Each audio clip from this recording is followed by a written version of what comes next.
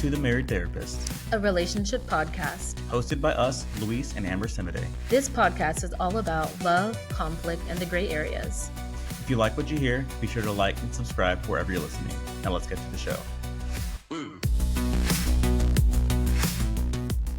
Welcome back. So in today's episode, we're going to be talking about, can men and women truly be friends? Then in the middle, we're going to introduce a segment called Mood of the Moment. And then we'll wrap it up talking about this whole notion of once a cheater, always a cheater. What do we think? So yeah, the whole thing of can men and women truly be friends? I always say it just depends on frequency and depth. Yeah. So how often are we hanging out or texting or calling? And then what are we talking about? Yeah. Are we really being vulnerable and raw, sharing our deepest, darkest secrets and feelings? And then is it 3 hours, right? Yeah. I think if all of those components are happening, it can be really difficult, especially if you're in a monogamous relationship. Mm-hmm. So as an example, like we are, so it would be you talking to another woman on the phone every day or multiple times a week. And then you guys are talking for like an hour or 2 hours and you're opening up, really sharing all of these things. I wouldn't like that. Yeah. Yeah. You know, I would feel some kind of way just because it's only natural that you would feel a sense of closeness and connection, sense of belonging, right? And those are all really important things that we should be experiencing with one another. So yeah, if that was happening, I definitely would side-eye that and be like, what is, what's happening? Now, the opposite of that would be you talking to someone every now and then about lighter things. That's fine. I don't have an issue with that. I think at the end of the day, they're really cool people. And just because we're married doesn't mean you only have to talk to men, right? Those are your only friendships. There are some really dope women that you have been friends with for a long time. And since we got together, they've become my friends. And it's been really cool.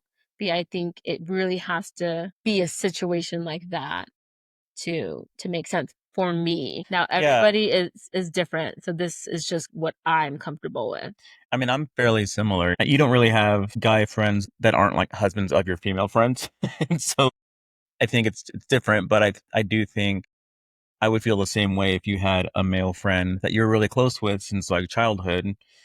Obviously, I wouldn't care that you were friends, but yeah, I would definitely be side-eyeing it if you guys were meeting every week, several times a week, having dinner, or being on the phone and talking, being vulnerable, because we always say like vulnerability breeds intimacy, right? And so the more you are vulnerable with someone, the more intimate you become.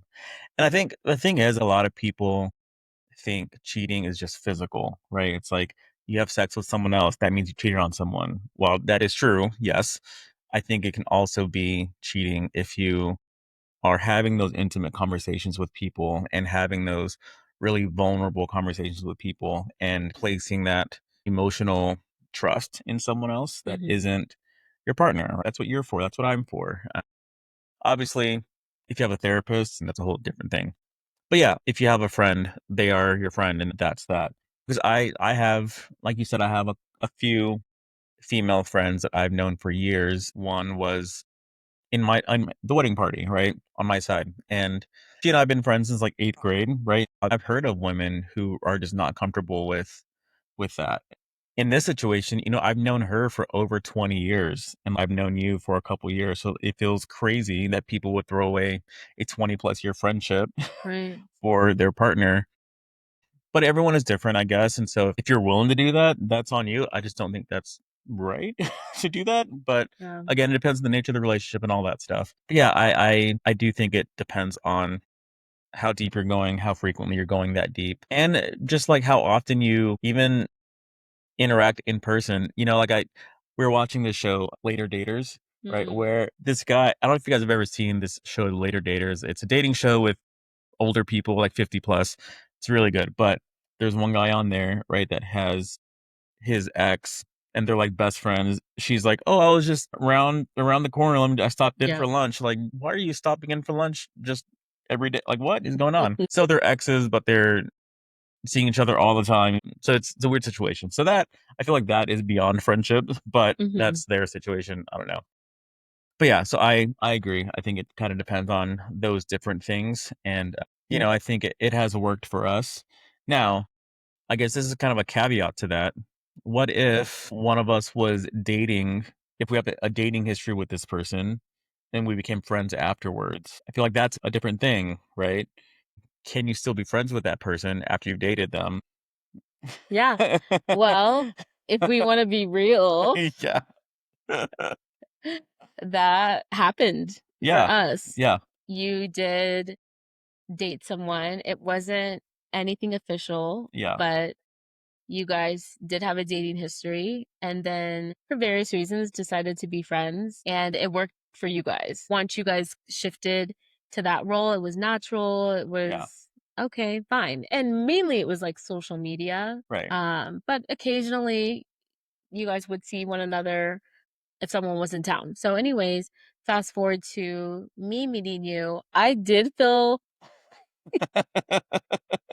some kind of way initially Yeah. because it was a threat. Like, hold on, what is going 'Cause on? we were still new, and so it's like, Right, "What?" Yeah. right. But I started to get to know her, and it's so funny. And she may be listening to this, but she and I used to actually go to the same coffee shop Yeah. to work, and we had all kind of cool conversations. And I also became social media friends with her, and now things are good. Yeah. We laugh about it Yeah. because, we're just like, wait, hold on. Like, I used to date her. And so for me, it was just a matter of analyzing what we have and what that was. They're Yeah. two completely different things. I know all the details of what happened and I was comfortable with all of that. And I'm such a girl's girl. Yeah. So I was just like, you know what? She's cool. Like, she's cool people. And we were going to this coffee shop all the time, seeing one another. And so I was just like, she's my coworker. It's so funny that you would call her your coworker. I'm like, "You have a Yeah. business and you are the only employee." And I think I told her that. Yeah. And so that's a very unique kind of situation. And maybe for some people, they'd be like, absolutely not. What the heck? But it was cool. And to clarify, it was a situationship. Yeah. So it wasn't this full blown Like relationship where relation. boyfriend, girlfriend. Yeah. Right. Basically, you guys were just trying to figure things out, Yeah. right? And so I think that helps. If it were this full blown relationship that you guys had for a minute and then broke up, decided to become friends, Right. and then you're telling me about it and whatnot, I'd be like, probably less. Into it. Yeah, I think Yeah. I definitely would be hesitant. But yeah, that happened. And again, she follows us and Yeah. we're all like, all of us are cool. Yeah.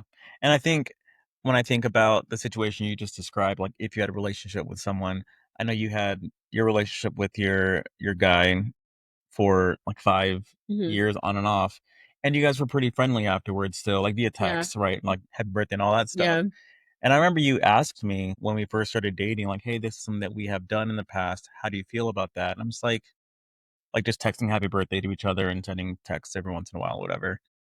I'm just like, I don't know, that just I feel uncomfortable with that, right? Yeah. Because it's like you guys dated on and off for 5 years. I feel like if you leave that door of communication open a little bit, it just kinda leaves room for it to wedge open a little bit more, Mhm. right? And so I think, no hate to him, he seems like a great guy, but it's just because there's so much emotional history there, it's hard to keep it as a friend, right, at that point. And so, yeah, I think when there is that dating history, it does change things for sure, Yeah. And I think back to like all these dating shows that we watched where it comes out like, oh, their friend, they actually had a relationship with them. Like later on, like I think it was Jimmy on Love is Blind. Yeah, like when Chelsea came to meet all of his friends, they were like all female friends. And He's like, "Oh, yeah, no, we're just friends," and then it comes out like he totally slept with, like, 1 or 2 of them. I'm like, "What is going on?" And he said, "Oh, it was one Right.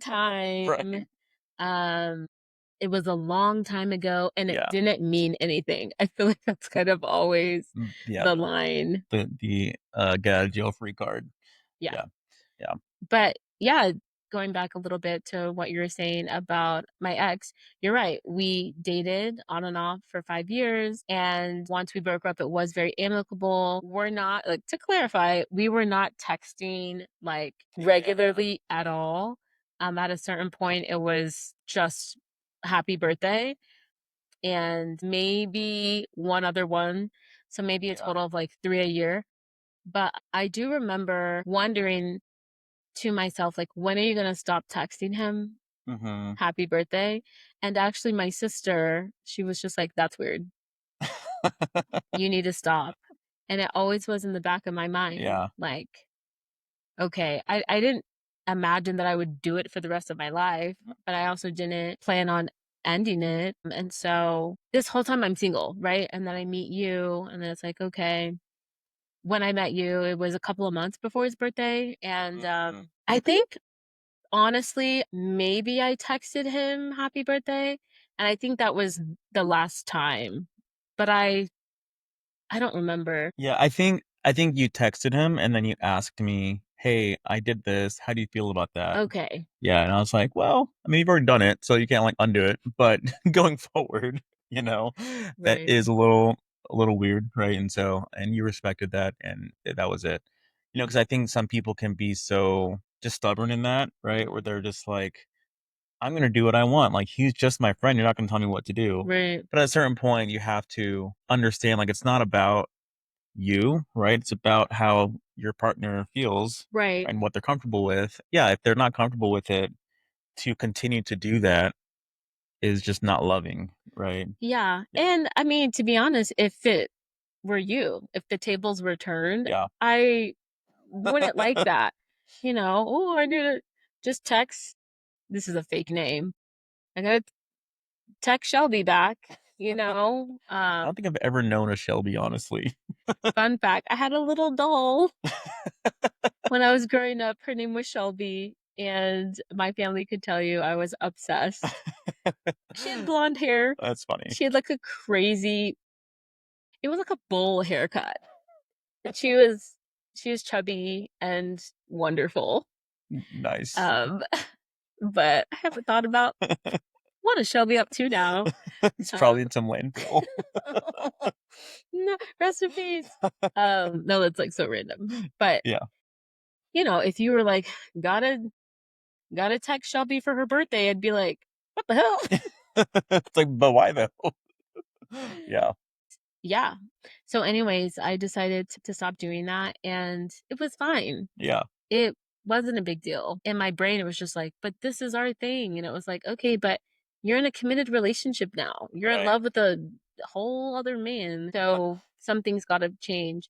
And then I think outside of that, I think the last time I texted him, his mom actually died. Mm, And I found out through my family. And I remember telling you, like, hey, his mom died. I would like to send a text just expressing my condolences. Obviously, I at one point had a relationship with her and whatnot. And so that's just horrific thing to experience. right. And you were like, yeah, no, that's fine. And it was a quick, just like, hey, Sorry about your mom, yeah. sorry about your mom, praying for you and your family. And he was like, thank you so much. But yeah, it's an interesting thing. And with my ex, I met him a couple of months after I arrived in San Antonio, and he was my first boyfriend, and we had all these experiences together. So I'm saying this to say I think it was really hard because there was just so much history there, Yeah. especially because right after him is when I got with my abusive Right. ex-husband.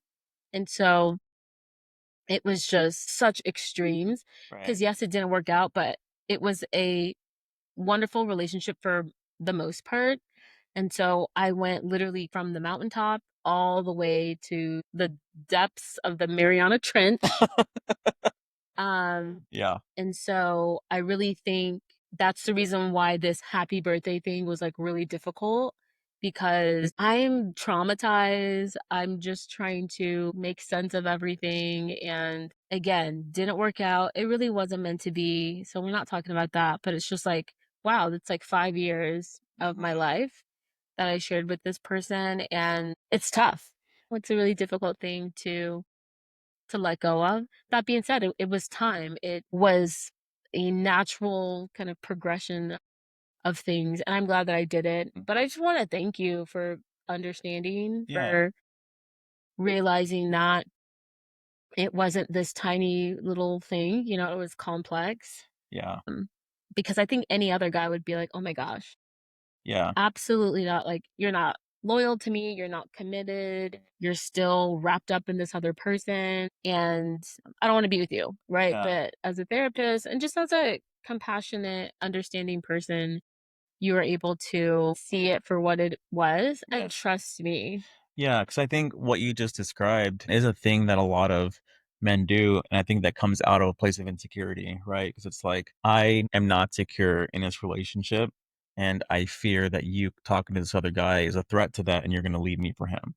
And it's like, that's has nothing to do with you, it has everything to do with that guy, right? Where he's like, he's scared, and but they act out in anger because that's just what they do, and jealousy and all of that stuff. And it's just like, no, like I get it, like you are a human, you had this relationship with this person, and that makes sense, like you're not a robot, nobody's a Right. robot. And so, yeah, so you're welcome, of course. But as you were talking, I had this other thought. So the people that we've been talking about, like the real life people in our lives, these are friendships that mainly I've had before meeting you. Mhm. And so, does it change if I make a new friend who's a female, like now? Like, would you want to meet her? Would you need to meet her? Like, what would Yeah. that look like? Yeah, that's a good question. And FYI, these questions are not planned. Um, my first thought was if it's like a coworker Hmm. and she's new or you happen to move to a different department or something like that and you guys are friendly with one another because we all know you spend more time at work than you do at home Yeah. a lot of the times. That makes sense. Like I call myself an extreme extrovert. Yeah. I love peopling. I Yeah. always say I'm like Ariel. I want to be where the people are. So, anyways, yeah, I would love for you to socialize at work. Hmm. And in this field, it tends to be female dominated. Yeah. And so I'm all for you having friends, being able to kiki in the break room and stuff like that in between your sessions. I think it's totally okay for you to be like, oh yeah, there's this new person, fake name, Teresa, and she's really cool. We have this and this in common, and it's great banter and whatever. And to answer your question, yeah, I would want to meet her. Hmm. I think that would be interesting. Now, hold on. Again, the issue comes in if you guys are talking like every single day, Yeah. hours on end. That's probably not feasible because you have to work, but Right. talking every day for a good amount of time and you guys are really opening up with one another. Uh, She's telling you that she just left her good for nothing boyfriend yeah. and she wishes that he was kind of like you. If some of the conversation tends to go that way, then no, I'm not going to be okay with that Right. because from a sociological perspective, you guys are going to get close. Mm. Like you said, vulnerability breeds intimacy. So it's only a matter of time until that happens. But that aside, yeah, if it's just kind of random conversation every so often and it's light, that's Yeah. fine. But yeah, if there's some kind of a Christmas party or happy hour or something like that, I would love to meet her. Yeah. Um, and at the end of the day, as much as, I feel like I'm very whatever as a therapist and I'm highly evolved, I'm just a girl. Yeah. And so if I meet her and I feel like she's extremely gorgeous and Yeah. maybe you guys are joking. Let's say you guys are sharing some kind of inside joke or some kind of, Mm. work situation I'm just not aware of, I probably would feel some kind of way. Yeah. Because sometimes women, they be trying it. Like, Luis, oh my gosh, you're so crazy for what you did on Friday. Like, I literally keep thinking about that. Oh my Yeah. gosh. I'd be like, what happened on Friday?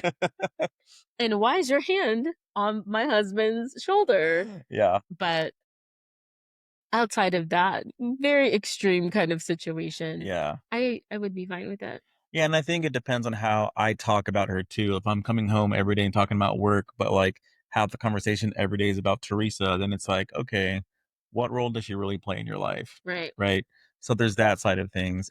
And then also like if I'm telling her things that I'm not telling you, or once I start, I mean, this is something that you wouldn't know, but like if I start hiding things that I'm talking to her about, that's when, as the man, you need to recognize like this is becoming something else. Right. And so once you start hiding anything from your partner, that's a red flag that you need to see within yourself, right? I would need to see it within myself and start putting those boundaries down, right? And so, because it can be, it's a very slippery slope. Like we are all, humans at the end of the day, and we all are sexual beings at the end of the day. And so, if we do not put those boundaries in place, we're bound to kind of slip, not really slip, but we're bound to kind of meet those urges of our biological being, right? Right. And so, yeah. Yeah, I love that you said that piece about hiding things. I think that's a huge indicator because some people may be listening right now and trying to figure out, where do I fit in? Hmm.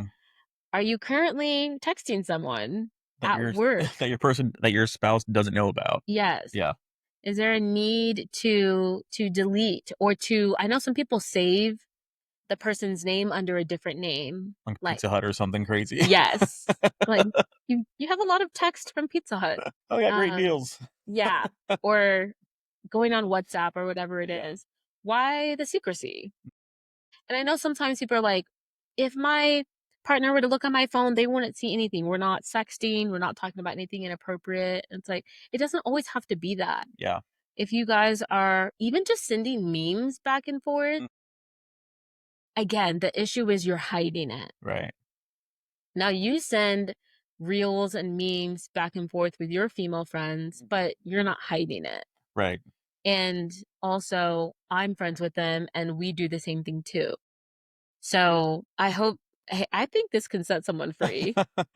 No, really. This secrecy thing, or even going to work early, staying late, going to eat lunch in a Yeah, particular area.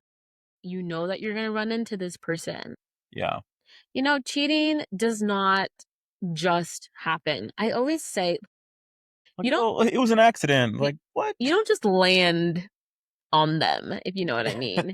Um it's all of these, to say it's 1,000 tiny little Mhm. decisions that you're making that all add up to this ultimate Right. betrayal.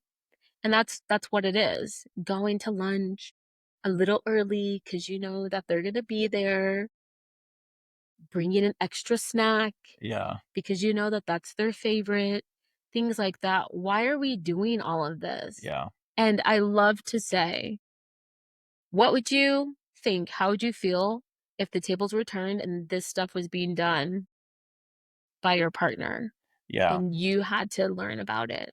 yeah, Especially if it's a woman, thinking of what their husband could possibly do to another woman. Like, yeah, you would flip. yeah. You would absolutely have a meltdown.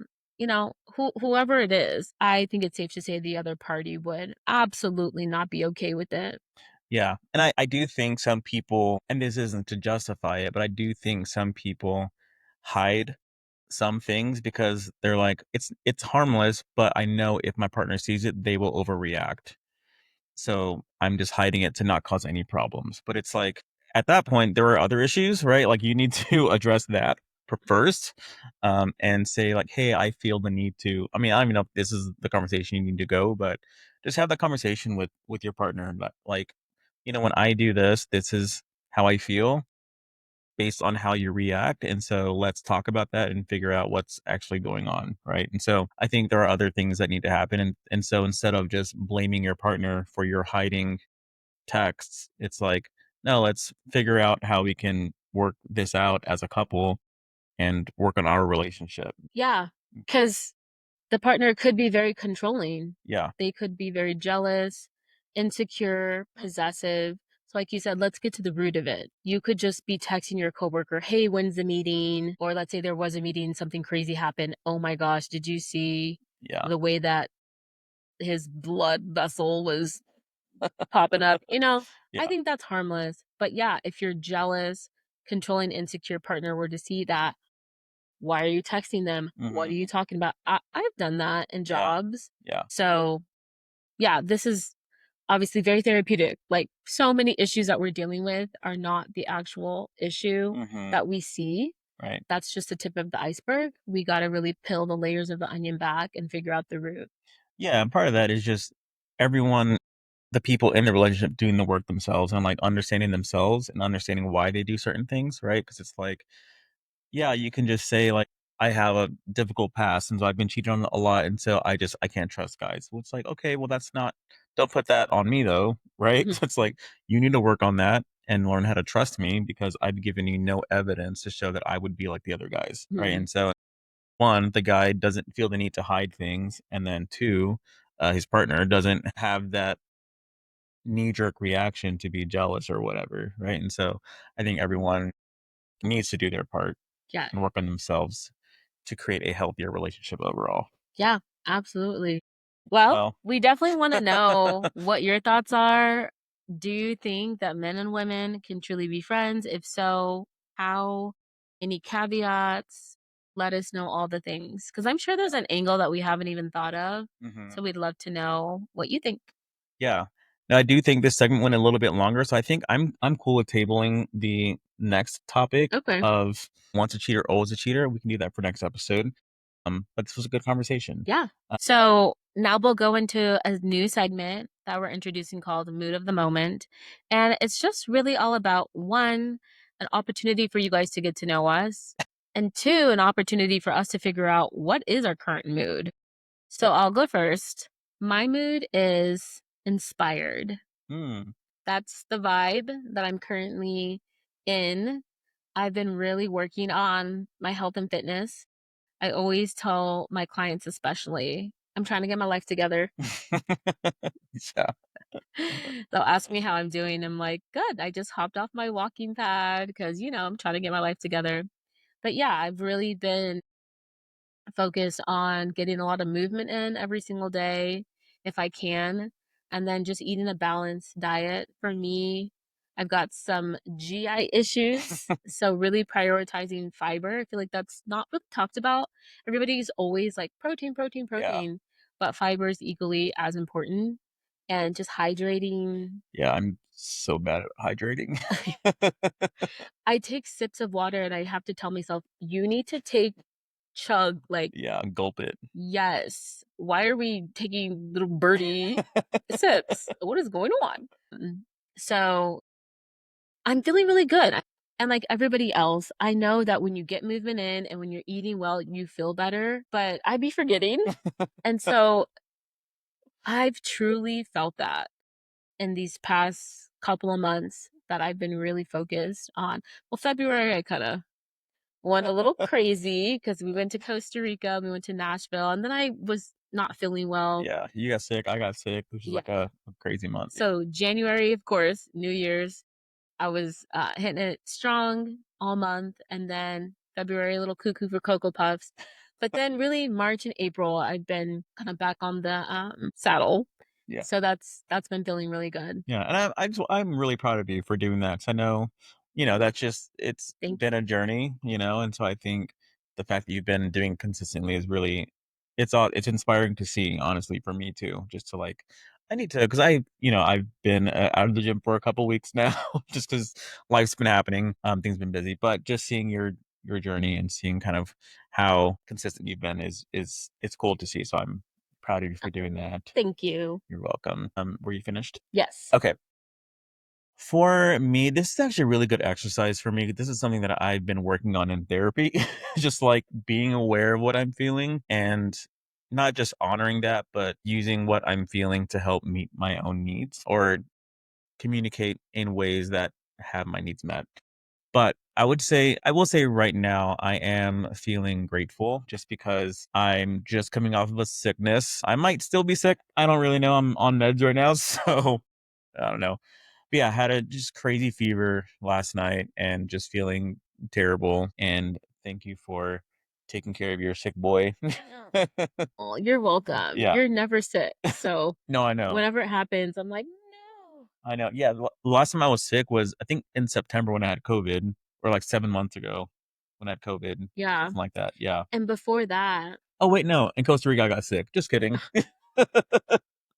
So I got sick like 2 months ago in Costa Rica. And then before that was like September. and then before that was before we even got together, Yeah. I don't think I ever got sick until I got COVID. which was like a couple of years. We were already married by the time I got COVID. So yeah, I'm just feeling grateful that I'm feeling good today and thankful and grateful that I have you to take care of me and never complain. I never have to feel like I'm burdening you, which is Hmm. so nice because that just was not the case in my previous marriage. I was always, and this is part of what has made expressing my needs more difficult because I already had a baseline of having difficulties with that. And then again, that whole marriage, that was reinforced over and over again that my needs don't matter. So it's been nice to be able to express my needs and not feel scared that I'm going to be attacked, Oh, you know? And so thank you for that. of course. Yeah. So feeling grateful. Yeah. I've been sick so many times, You have been, but and it's just been you different things. Yeah. and you have just come to my aid every single time, like skipping to the bedside to make sure that I'm okay. So, of course, I would take care of you. Yeah. I mean, that's what love is. Well, yeah, you would think. Not really. But no, I agree. I think that is what love is. That's what healthy love is. That's what healthy love is and what it should be. There should never be like, "Oh my gosh, why are you sick?" It's like, "I did not control the environment. Yeah. I didn't create this virus." Like, Yeah. I just got it. The Yeah. vows say in sickness and in health. Yeah. So, what a concept. Really, to actually honor them. Yeah, so thank you for that. Yeah. Okay. Well, thank you guys for joining. If you guys have any questions, comments, concerns, feel free to drop those in the comments. And don't forget to like and subscribe wherever you are listening. You guys take care. Thank you.